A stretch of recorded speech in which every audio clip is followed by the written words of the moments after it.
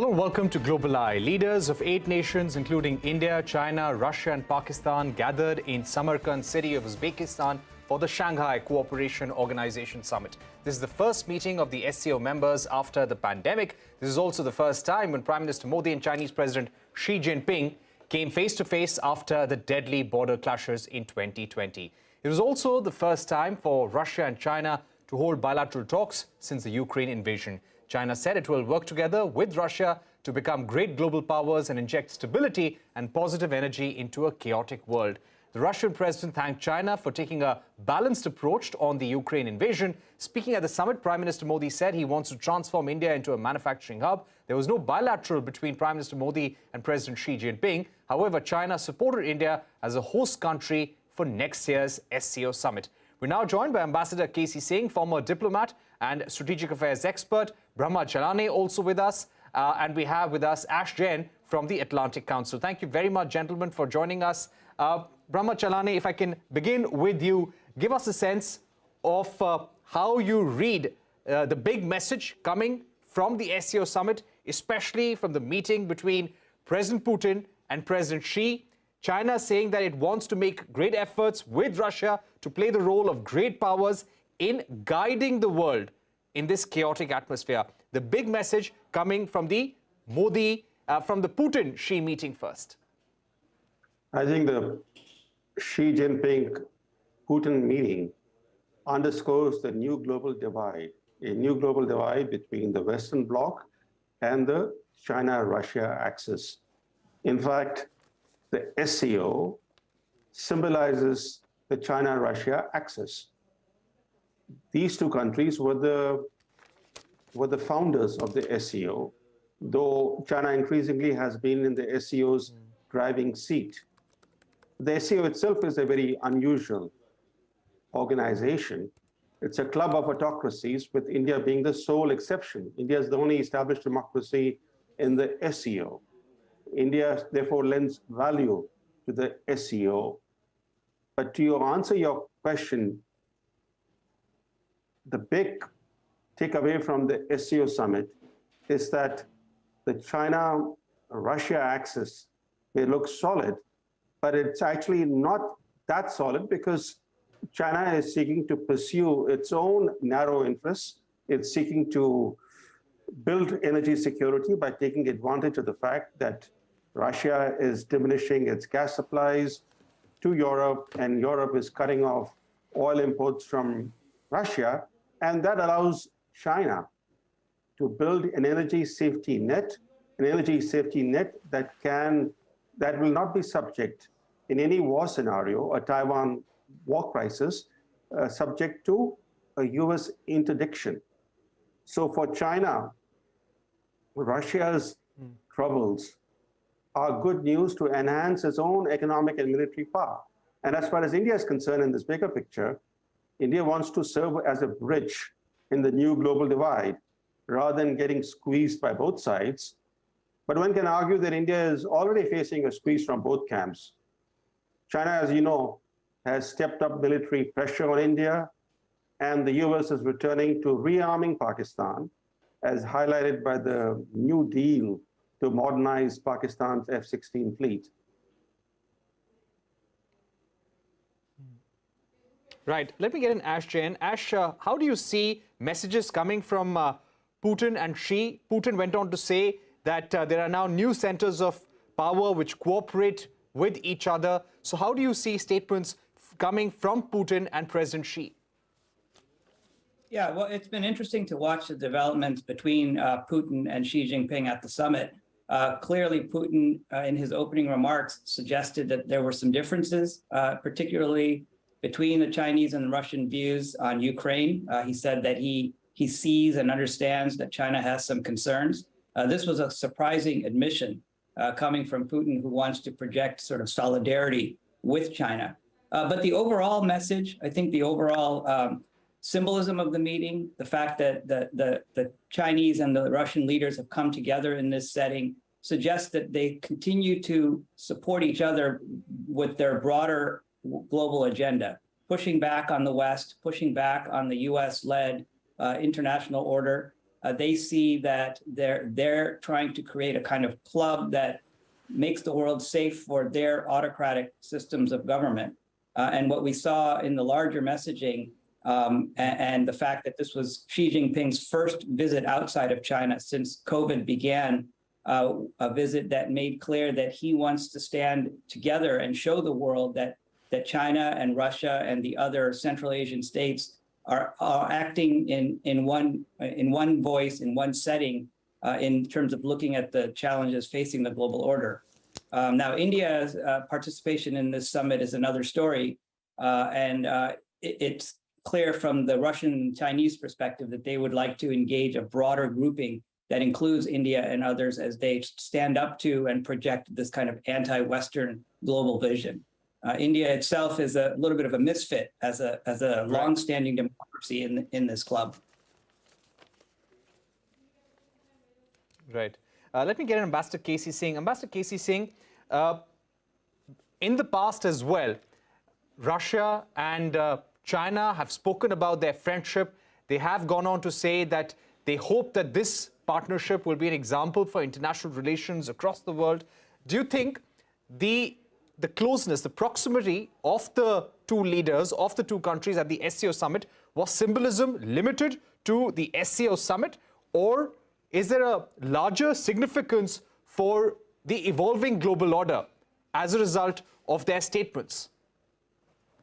Well, firstly, look at the difference between the language used in Beijing at the end of the Olympics there, where they talked of no limits partnership. And this is before Russia opened its Ukraine campaign.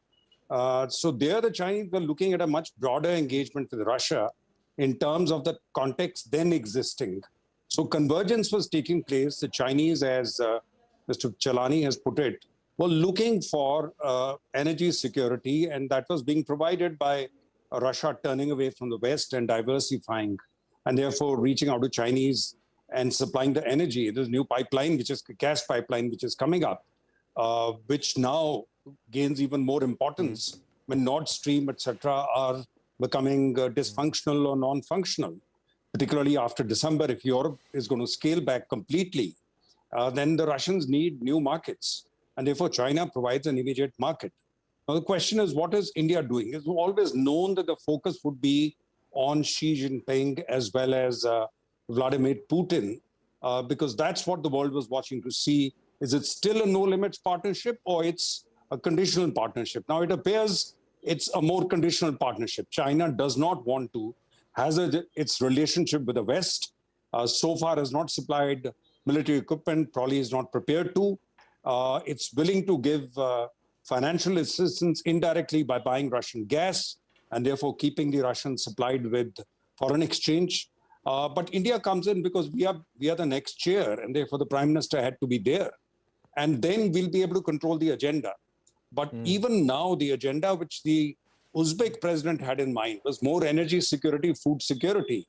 And there seems to be little attention paid to that. All the focus has gone on China and Russia. Now, as far as India is concerned, Prime Minister is talking of India as an innovation hub, supply chain diversification, resilience. Now, how are you going to have supply chain resilience if your relationship with Pakistan is not normal?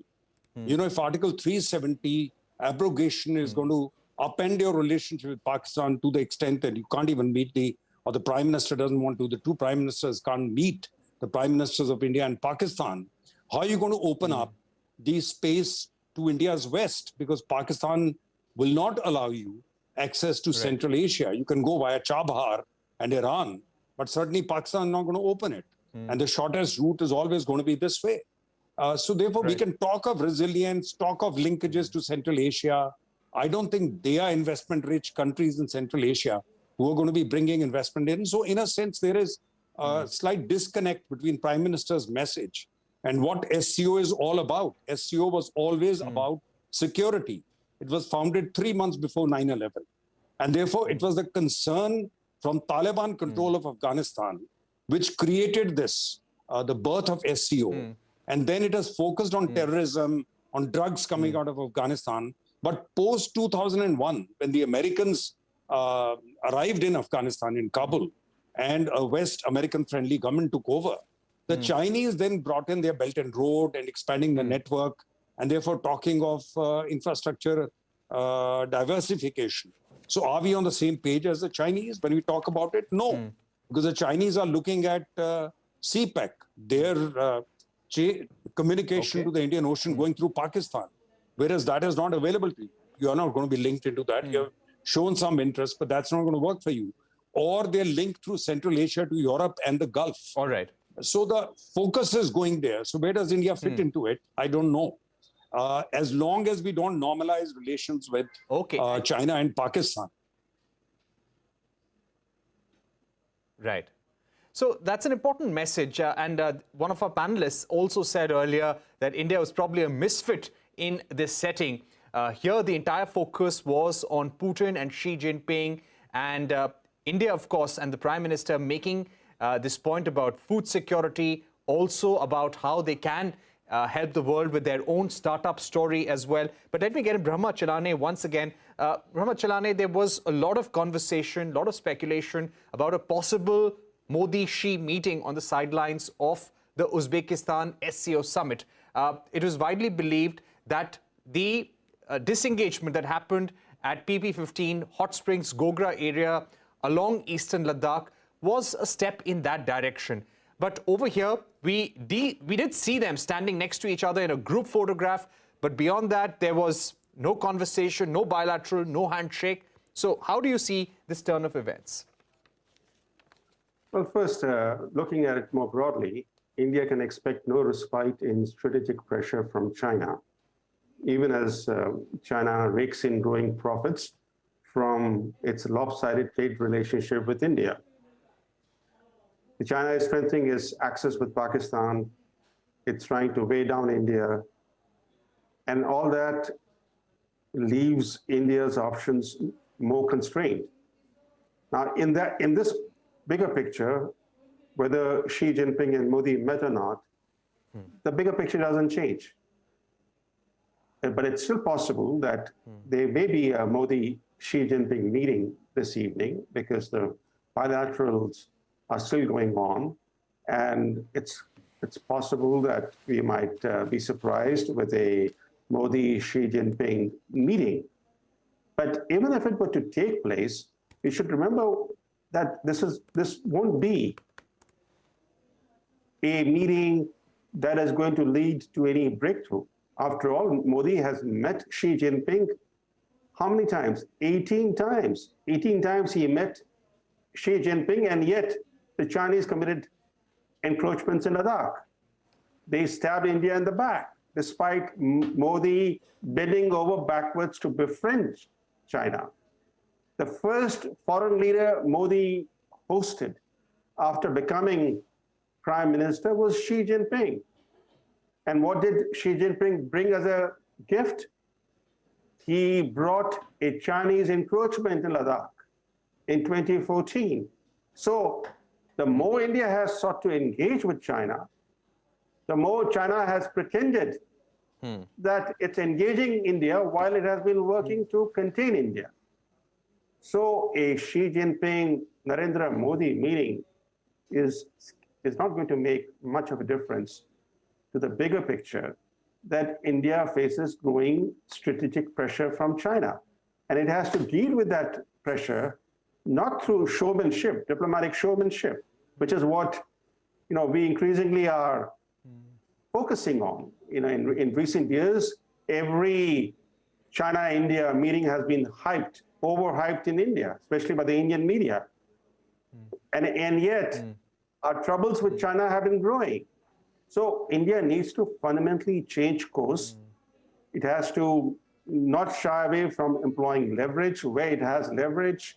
It should use its large market as a powerful source of leverage vis-a-vis major economies like China. It is true that India has been imbibing greater realism, yet, as you know, India remains intrinsically reactive. And without proactive diplomacy and proactive national defense, India will continue to punch far below its weight. Right. Okay, we're going to take a short break on that note, but lots to discuss. You had leaders of Iran, Turkey also on the sidelines of this meeting. There were a number of bilaterals. Let's find out more about that. Let's discuss that in detail after this short break.